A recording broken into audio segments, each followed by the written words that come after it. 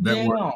They whenever have appointments stuff. But first of all, let me say, I absolutely love the conversation that you have created here, Oh, Tyesse. thank you. Thank you so much. Everybody who has came on the official Tyesse Report. If you're watching on Larry Live, you need to be following the official Tyesse Report page. Go ahead over there and subscribe and hit like, because his conversations are just in a more positive light, even if the story is horrible and salacious. He know how to make it to where it just sound like you on the front porch with some of your older family members and just talking about it, sipping some tea, looking down the road. But anyway, I heard what everybody said, and I just want to say Crystal Marshall and Naida. Yeah. And let me say this, because I've had the privilege of serving them, being under them, pushing them, coaching them, being an inspiration to them at some point in their life. Naida still is with us, and Crystal is pretty much still family. Y'all, there ain't nothing like a thinking black woman. Yeah. So that black woman, and that's why I like Cassandra, because she thinks as well. But what Naida said really should be its own live, a series on YouTube. She can do a course with it. I'm so terribly proud. So terribly proud. That is the reason why I do what I do. Now, let me bring in something a little bit different. I want to say this: not every relationship with the power gap, whether it is a boss with the secretary, a pastor with the member, not every relationship, sexual relationship with the power gap is predatory. And I think we're talking like if that's the dynamic, then it's always predatory. And that is not true. We do not know if Brian Karn or Lovey reached out to these people to then go into this type of relationship with them. We know what one party says, the people who came out to talk, but we have not been able to get into that kind of conversation with Lovey or Karn and any of the other pastors prior to that. So we can't assume, and that's the thing that was irritating me. We can assume that there was some predatory approach or predatory type kind of setup that the person in power was doing to the person who was not in power. Is it fair, Larry, due to the fact that we have seen so many predatory stories in the span of our lives, that is in the back of our heads whenever we see a scandal? It was in the back of mine. I ran my show like that from the beginning, the first few years, of course. That's why I always was championing the victim. Whatever they said happened, what happened, it was on the person in power to prove to me that it didn't happen. But that wasn't the best approach to problem solving, and it didn't cause everybody to learn. One thing that we see here that Naida said, that these people who are in these type of relationships don't know how to handle Mad Day. They don't know how to gracefully, ethically leave the situation. So that needs to be the conversation. And hats off to your platforms like myself, who are discussing it all the way around. So both two grown, consenting, willing, invested people in a relationship that has a power gap, that I don't find that predatory. And when I say invested, Naida hit on this. The moment you sleep with somebody in your ministry, in your business, or anybody, whether it's outside of your business or in another country, you are risking, pastor, business owner, you have the risk of them telling somebody at some point in time. And depending on what type of work you do, that is going to affect you. There's that. Then spiritual authority in a dynamic like that is not the same as sexual coercion. We don't know what Brian Karn, Lovey did. We just see the text messages in between them. At now that the relationship in the space that it's in, we just see those text messages, calling wifey, which all niggas do that. Or calling, saying that you my wife, or you my wife, I'm gonna be with you. Women do it and men do it. the person empowered, the person not empowered, do it. When you in a relationship, you're going to be saying stuff like that. Oh, I can't wait to spend the rest of my life with you. I've said that with Elisa, who's the mother of my children, the queen of my family. But I said it in a dynamic that we don't have anymore. And so was I being predatory? Was I lying? Was I trying to get Lisa to do X, Y, Z? No, that was my real feelings at that time. When you're in a relationship, you say stuff. So I don't think that we should go through these text messages and the testimonies of these women and take them as if what was said to them for the purpose of getting a certain action out of them. Because I did that before, and it came back and bit me. The power dynamic needs to be discussed. I'm glad that it was brought up, because I didn't bring it up in my live, but I did on Lisa's platform last night, and you guys are bringing it up here. But that power dynamic does not erase human agency. We can't assume somebody is a victim. We can't assume. I think in our mind, we think that they come in the room with that pastor, with that entrepreneur, with that leader, that artist, Diddy, Jakes, come in there and they pull their panties off and pull their bra off. No, you pull down your panties, you take off your bra because you want to be fucked. You enjoy the power dynamic. You like that power overtaking you and being put in you. You enjoy it. That's why you tripping when it's all over. That's why you online running your mouth when it's all over, because there's a part of you that wants everybody to know that you did this with the bishop. You did this with the prophet. You did this with the artist. Let's just tell the truth. Two things can be true at a time. Yeah, you telling your story, but at the same time, you letting them know I was chosen. I had access to the pen and you didn't. That's in there as well. So I'm not saying to ignore the power dynamic, but I am saying that we should not put these assumptions because of what we've seen in the past and what we see some raggedy pastors and leaders and artists like Diddy, Jakes, Bishop Jakes. I'm calling these names because they've been talked about Lovey. We can't just assume because the power dynamic is there that something nefarious or predatory is happening. I do not think that is proper to do. And then to make somebody guilty without facts and questioning things, we don't need to do that. We just need, in my opinion, we should talk about it from all sides, but we absolutely should not make people wrong when we got half the story. Okay, well, here's the deal. And the live before we link with yours, people were really vocal, Larry. As you can see, as you saw in the comments, people were vocal, both pro and con, about how they feel about this. So to spread the conversation out a little bit more, when you have no intent of doing something, if you know you're not going to marry somebody and you know you're just getting your needs fulfilled, there are people that may feel that is in the neighborhood of predatory behavior because it is a form of spiritual manipulation. I agree. If that person is looking up to you, even if they're getting their needs met at the same time, because there's a dynamic there of trust, but it's also a dynamic there, Larry, of, okay, this is confusing. Yeah, and this is the pastor, so let me do what the pastor want me to do. I think that's predatory all day, every single day. I fully believe that, but unless we're able to, I'm just playing the devil's advocate, Larry.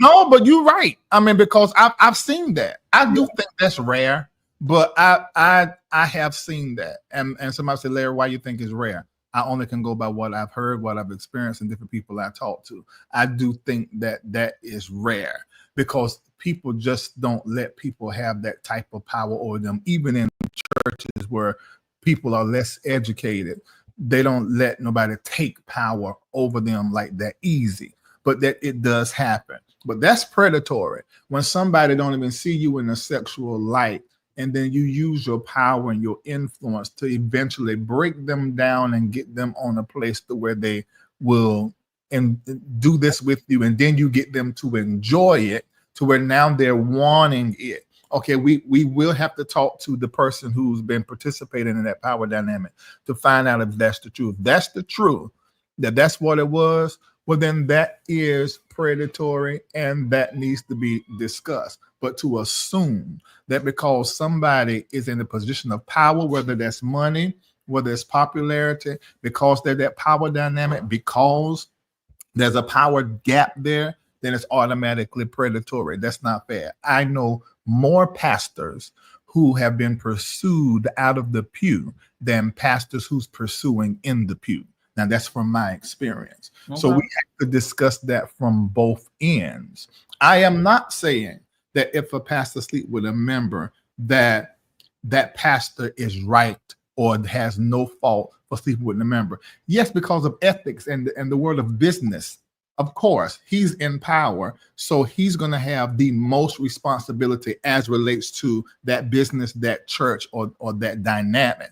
But the reality is that there could be some other things that are nuanced that we have to ask questions about. It could have been that that person in the pew pursued the pastor, and then the pastor developed a likening for them because that person always served them. That person was always helping them. That person helped push out the vision when their spouse, best friend, or other people they were paying wasn't doing it. You know, that is how sometimes the pew can put themselves in a place, dangling themselves in front of a man of power, meeting their needs. It starts with getting the shoes, getting the socks, cooking the food, getting to the church early, cleaning it up, doing what other people don't do. People are very smart, and I've seen it happen so many times. And before that man and woman of God look up, they already with that person, been with them for 3 or 4 years, and they come to a place, oh my God, I got to stop this. Either because they're married or just because it's just not good. It's not a good setup. Everybody don't have the level of maturity to handle something like that. So, and when that happened, they wanted to break it off. Now you're going online on Man Day and telling that y'all were having sex, you know, and everybody making the pastor wrong. No, and the pastor can't come out here and say, wait a minute, they pursued me and they did this to me, and that's how we end up in this.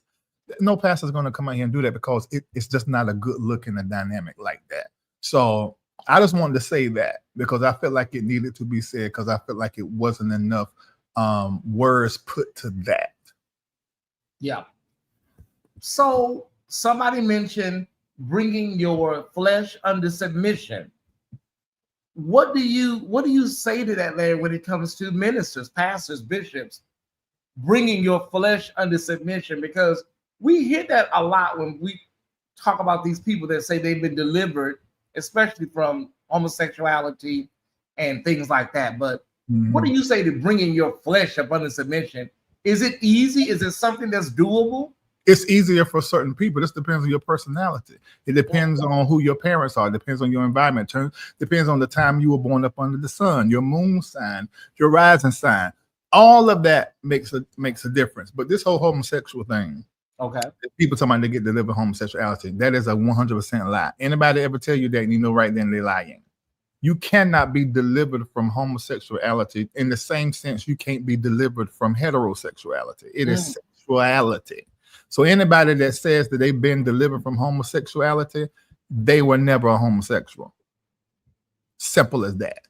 Because there's no way for you to be delivered from homosexuality. That is who you are. It is where you play on the spectrum. It's the part of sexuality, the way that you have sex activities with the same sex. You are conditioned to that. That's the way you like to come. And there's nothing wrong with that. It is not a biblical sin. I taught that on last night. Homosexual was put in there. The word comes from the Germans, put it in the 1800s, didn't show up in the Bible until 1946. And that's because of a mistranslation of text. Same thing for the word fornication. It is not premarital sex. That's a mistranslation and a misinterpretation of scripture. It was talking about illicit sexual acts, especially men and women that sell themselves. All of this is made up by church people, white church people, for the purpose of control. And as a black Christians, we have embraced this, and we preach and we teach this as if Jesus said it. This was Paul writings that we didn't understand. This ain't even what Jesus taught. Jesus ain't mentioned nothing about a homosexual. You know, so are we followers of Jesus Christ, or we followers of Paul? What are we? We need to we're not Christians, we're Paulines. because we're not following what Jesus said. Paul was exclusive. Jesus was inclusive. So Jesus was about justice. Paul was about getting back. I remember he was a murderer and he got converted. So some of that was still in his personality. And people didn't like Tiffany saying what she said about him being misogynistic. That is absolutely true. You know how it is. We hear these preachers talk and they under the spirit, they preach and what they're saying is good. Then they say something that's from their flesh and go back in the spirit. Same way with Pauline writings. Wow. Well, the genesis for this video today, y'all, there was a new woman that came out and did a post. Again, we don't know if this woman is related. People can do posts and write anything, Larry, right? What woman? Well, it was a lady on Facebook, and she wrote a post concerning Brian Carn. You were here in the beginning of the video, so I ain't know about that. I can read it if you want me to read it. It's nothing detrimental, but it's a little, I can read it. Hold on. There's a new lady, and she says, maybe I should mention the name of his church. I'll just say, she said, I left a church. I ain't gonna mention this church. Okay. I left because I'm not on my platform. I'm on 2 platforms right now. So she said, I left a church 5 years ago. And to be honest, this has been the most traumatic experience of my life. To this day, I struggle with attending any church. And I was raised in the church. I'd never seen or experienced anything to this magnitude. I struggled and lost so much in the midst of my transition. Girl, get to the point. It is very sickening to see that women are still being taken advantage of in the name of God. At the end of the day, people's souls are on the line. God is not pleased. Now, she goes on to say right here, so many women have reached out to me. Okay, I can't. I can't. This is those people that come out after somebody else comes out, like the Diddy thing. Vashti did share this to her platform. This is what I'm saying. Okay. So now we're seeing why she made this post. Somebody has been in their ear, and I wouldn't be surprised as Senegal. I'm not surprised as one of these Abednego people. Because see, behind the scene, these people are together coming up against prophets and pastors and preachers, typically those of influence.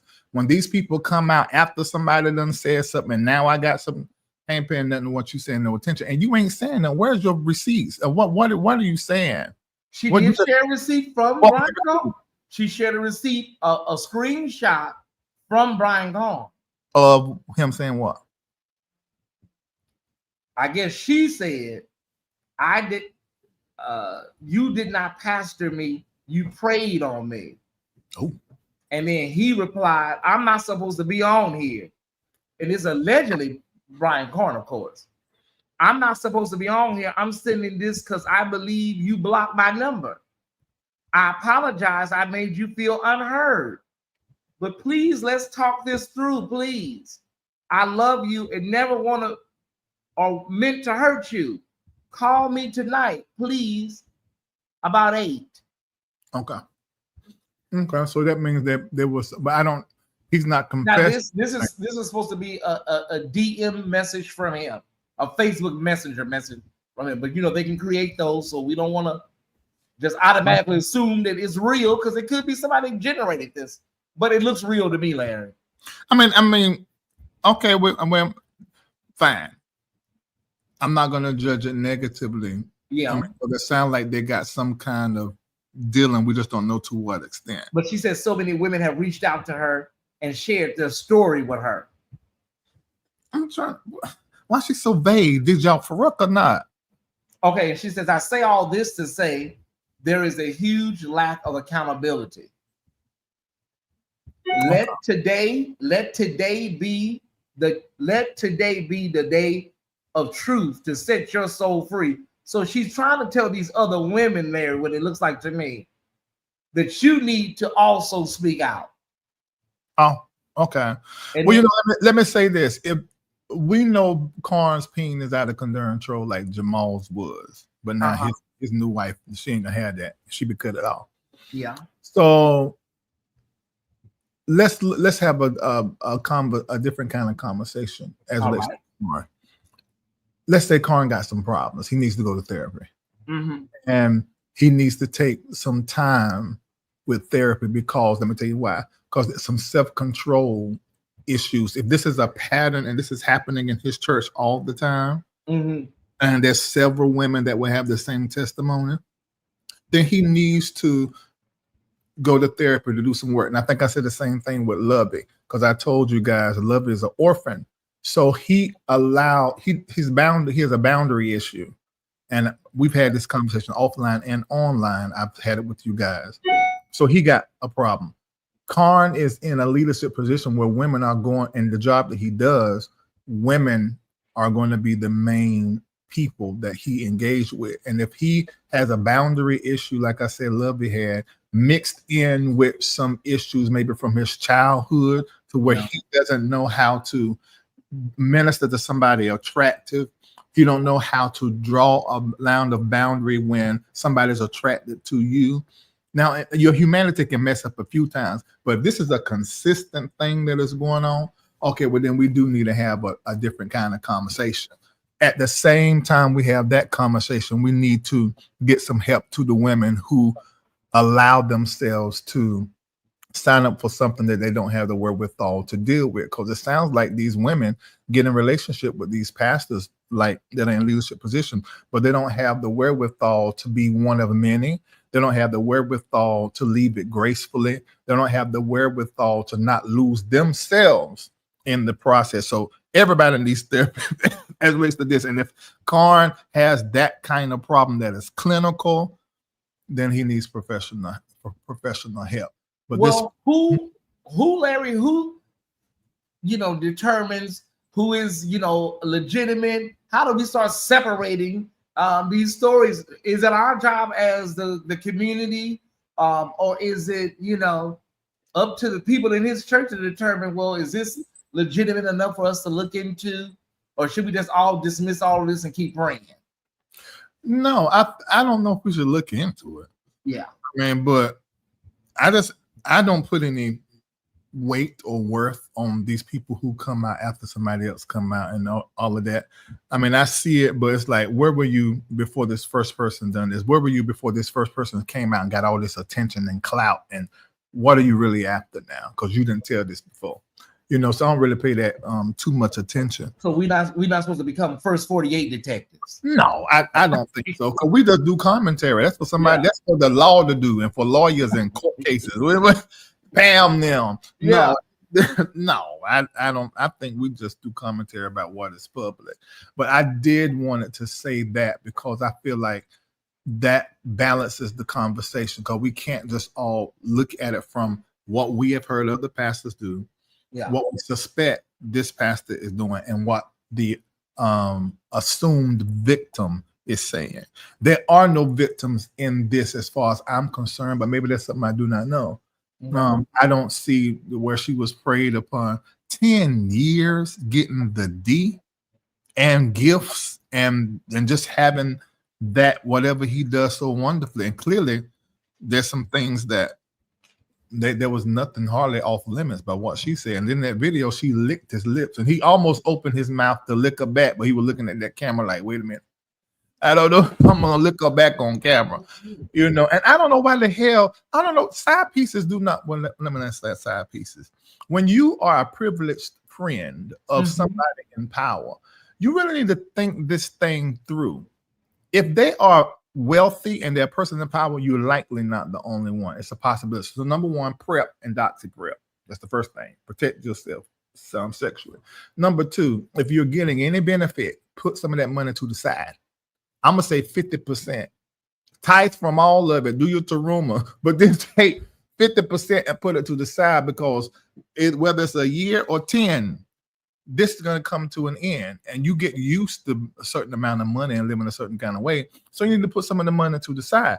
And I'm going to say this, you ought not be giving no sextivities to nobody who is not taking care of you on some level. This makes no sense. Sex is the oldest, most productive business in the world. You have got to see sex like a business and an exchange. I don't care if you married.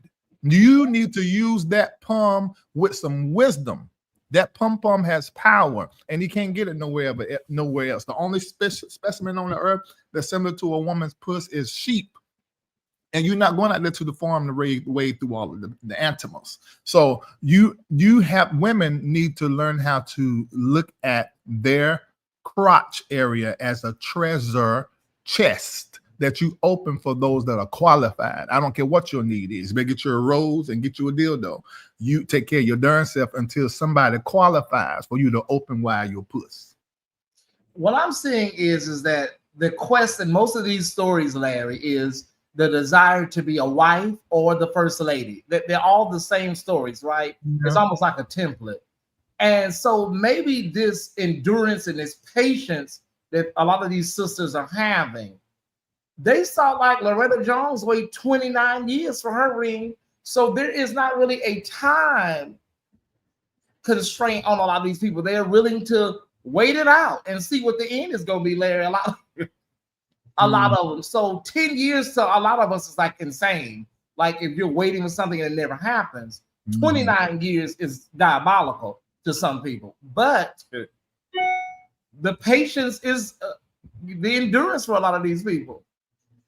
Well, if they're going to do a Loretta, then act like Loretta. I mean, there was a couple of things that got out when she dragged that girl in front of Noel Jones' house. But ultimately, she handled the hoes and Noel getting money from him the whole time, supporting her business.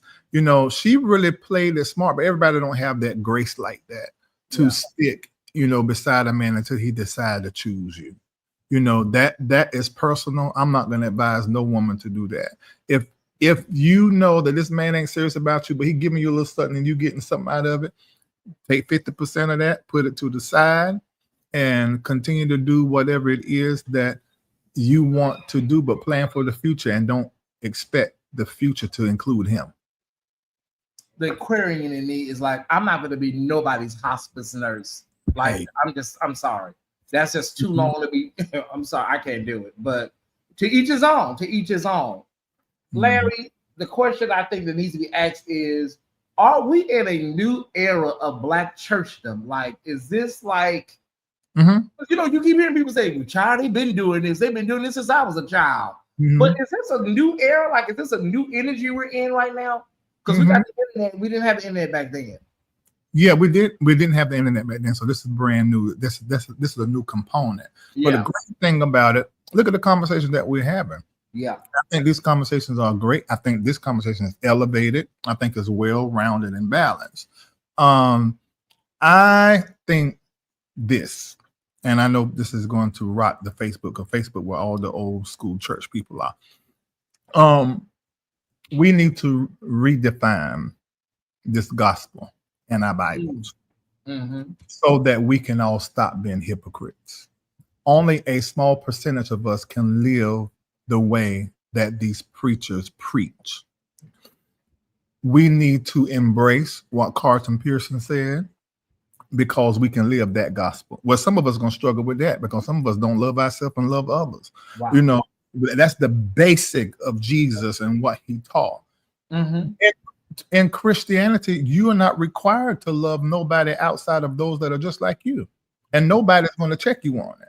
So we need a brand new revelation of Christ and recreate a religion. We can put Christ's name in it.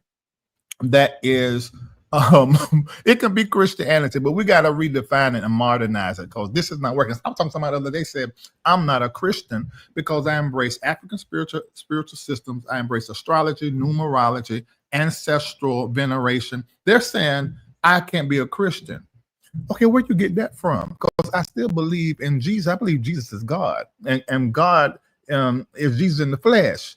I believe that. So that's what makes me a Christian. You saying I got to ascribe to all this other stuff y'all saying in order to be a Christian? No, I will never ascribe to that. So we need to broaden our perspective around Christianity, what it means to be a Christian.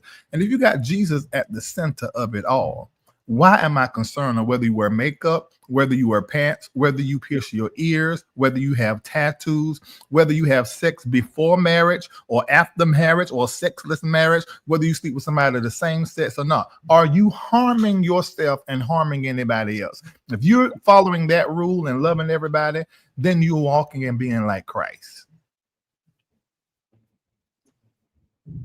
That was a whole word. You make me talk, boy. I tell you. Here's the thing: the conversation, as you've seen, Larry, everybody keeps saying that Brian Carn is single. He's Absolutely. single. He's single. So, is that a problem? Should pastors, if you're going to be in ministry, should there be a prerequisite that you need to be in a marriage? You should be married before you can become a minister. That was the whole reason why they told me when I was in seminary, teenager, telling me that I need to be married. Because they're saying you need somewhere to lay your head. Well, I think that is improper. I think that is bad. They should have never did that because everybody is not the same person sexually. And I think we need to be honest about sexuality. Single, straight, gay, married or not. If you horny and you want to bust a nut, this is what I will say. I would say you need to find somebody that's on your same level mentally, spiritually, emotionally, ethics, and you create a covenant with them. So you got somewhere to lay your head. And even them, you don't trust 100%. You better have your prep, your doxy prep, and your condoms. You need to be having sex, and we don't talk about that. We talk about spirituality a little bit, but sexuality and spirituality is the same energy. So you cannot be teaching spirituality and not have a conversation about sex. The two go together. The church fails at that big time. And that is the reason why we have some of this stuff going on, because people are practicing suppression. And whatever you suppress grows in the dark, comes up, explodes, and you can't handle it. And suppression is depression. We got a lot of people who are depressed because they're not coming. They need to be sexually expressive. This is part of your spirituality. Yeah. To the people in the chat, I just want to be clear. We know that married pastors cheat, yes. And we also know that being married will not keep you from doing something if that's what you're going to do. That's a whole nother conversation. Yeah, the question was formed as, is this a way to, at least begin the process of chastening yourself if it's possible?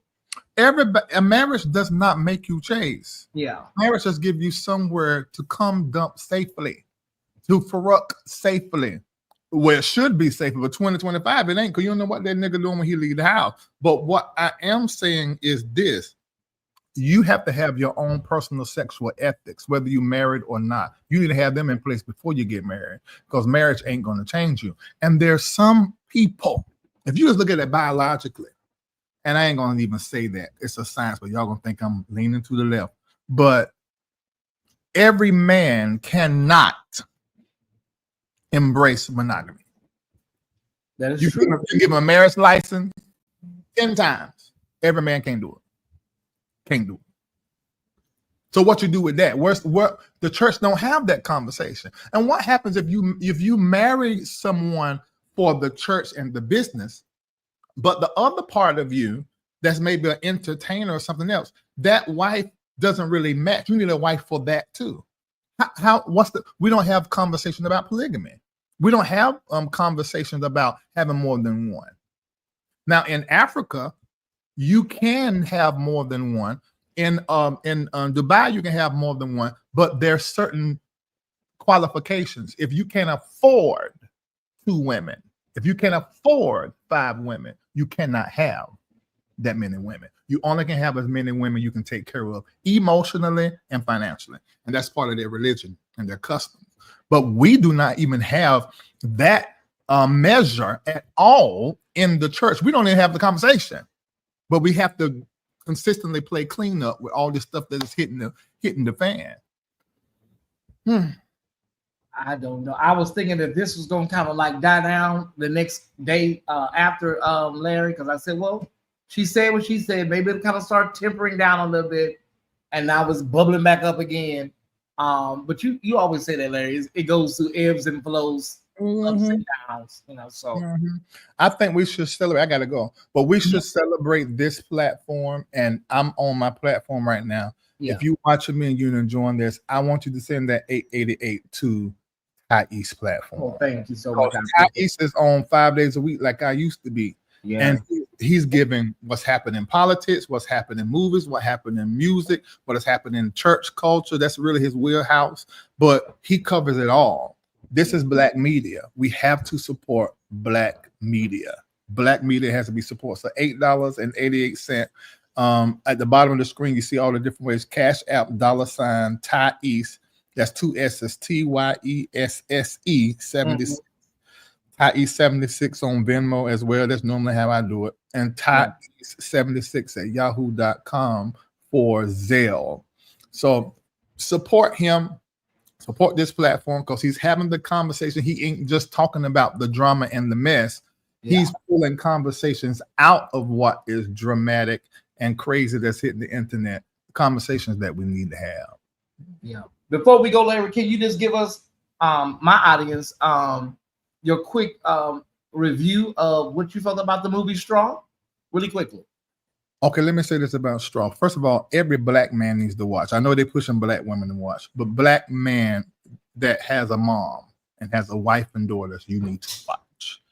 Tyler Perry done an excellent job in bringing you into the strength that Black women have, the powerful managers that they are of so many different things, including their children, their career, their body, their own mental health.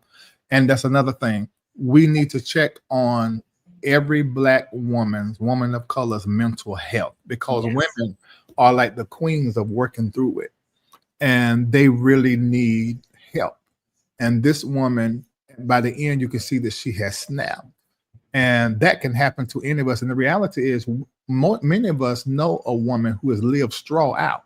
Yes, we know it. Some of our moms did. My mom did. My mama did.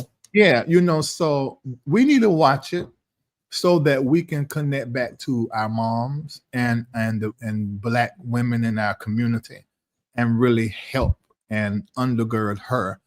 Y'all do know that the reason that the Black woman is put where she is put is because she's the making, the creator of the world, and the most powerful entity in the earth.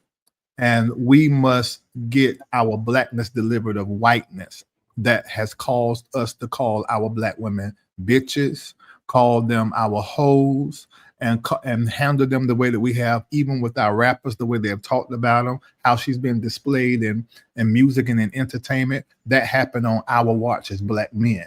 So we got to correct that, because we got to make sure that the world know that Black Madonna gave birth to the entire earth. Everybody has her fingerprint in their DNA. That is a biological fact. All mankind come out between the legs of a colored woman. And we need to watch Straw with that honor in mind so that we can really get all of what Tyler Perry was trying to show us. I agree. It was a powerful movie. I got 2 messages from it. One of the messages was Black women coming together and looking out for each other. I saw that with all 3 of those women, the police officer, Sherry. But did you see the Black woman took the child from her? Now, see that when I saw that, I said, see, this is exactly how whiteness does. There's no village. You use our own Black people to strip each other. That's always been the way. They didn't send black faces. They didn't send white faces. They sent black faces to say your child ain't coming home with you. Yeah, I caught all of those messages. It was quite a few. Like Tyler was dropping nuggets. I don't know if he knew some of the nuggets he was dropping because there were so many. He really did a good job on this.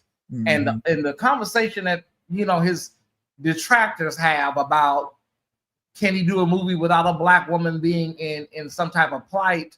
These stories need to be told, Larry. They have to be told. So I'm all for it. I'm all for those stories being told. But I appreciate you coming on, brother. It's been a joy. We talk. I mean, because we normally do about 4 or 5 hours on a good night. But yeah, you can make me talk, boy. I be like, Yeah. I'm about to go, and then you say something and just stir me up. Thank you so much. I'm gonna end the live. I gotta end the live because when I ended, Larry's in. So I'm gonna end the live. I will be back later on tonight, Tyesse Squad, for our Wednesday night show. If you would love to, join us, just subscribe to the official Tyesse Report on YouTube. It's very simple. The official Tyesse Report. It's a great platform. No negative energy. I mean, you might get back and forth because one person feel it this way, another person, but it ain't none of that kind of craziness. But yeah, I appreciate you, brother. This has been a great conversation. Brian Corn, we're gonna keep you lifted. That's all we can do at this point. Brian Corn, I'm your friend to the end, and thank the Lord that you're the kind of person I can say you wrong on this and you ain't right on this, and I can do a live and we still cool.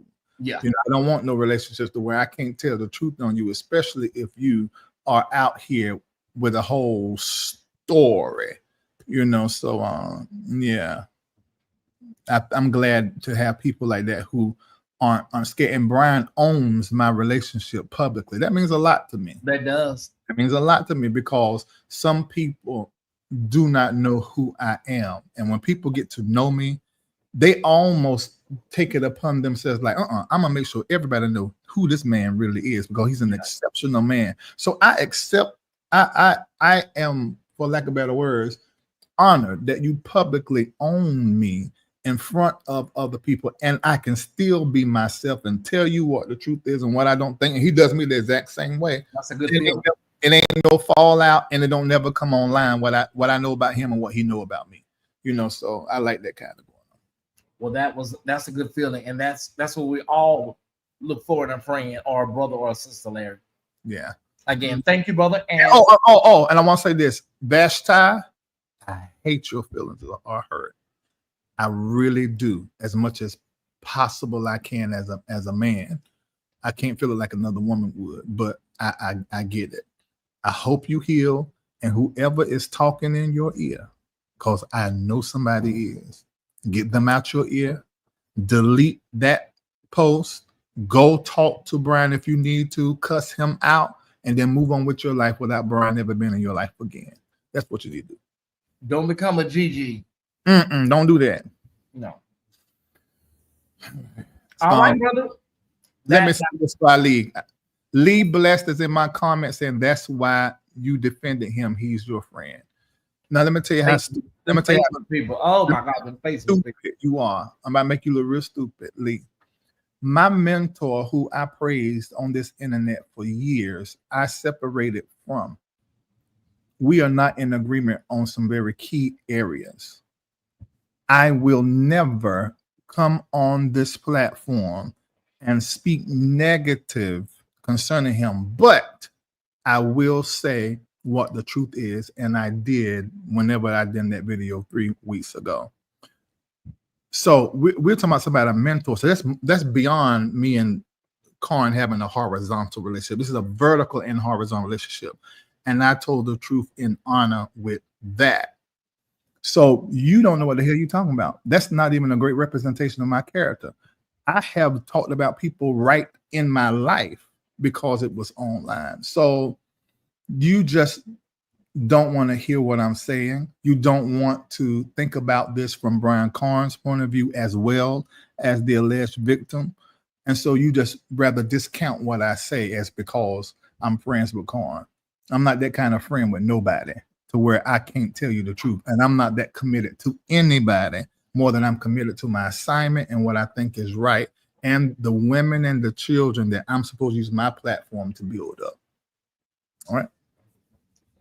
There you go. Dr. Reid has spoken. All right, everybody. Tyesse Squad, I will see you tonight. We're gonna shoot for 8:30 East Coast, 7:30 Central. Okay. Listen, we're a little late. We ran a little long today, so you'll understand. All right. So 8:30 East Coast, 7:30 Central is our start time. Again, thank you for sharing your platform on there. It means the world to me. Please subscribe. The Tyesse, subscribe. I appreciate it. I really do. The LRL community is family to me at this point. So I love you guys. Thank you so much. And I'll see everybody tonight. Bye. Bye.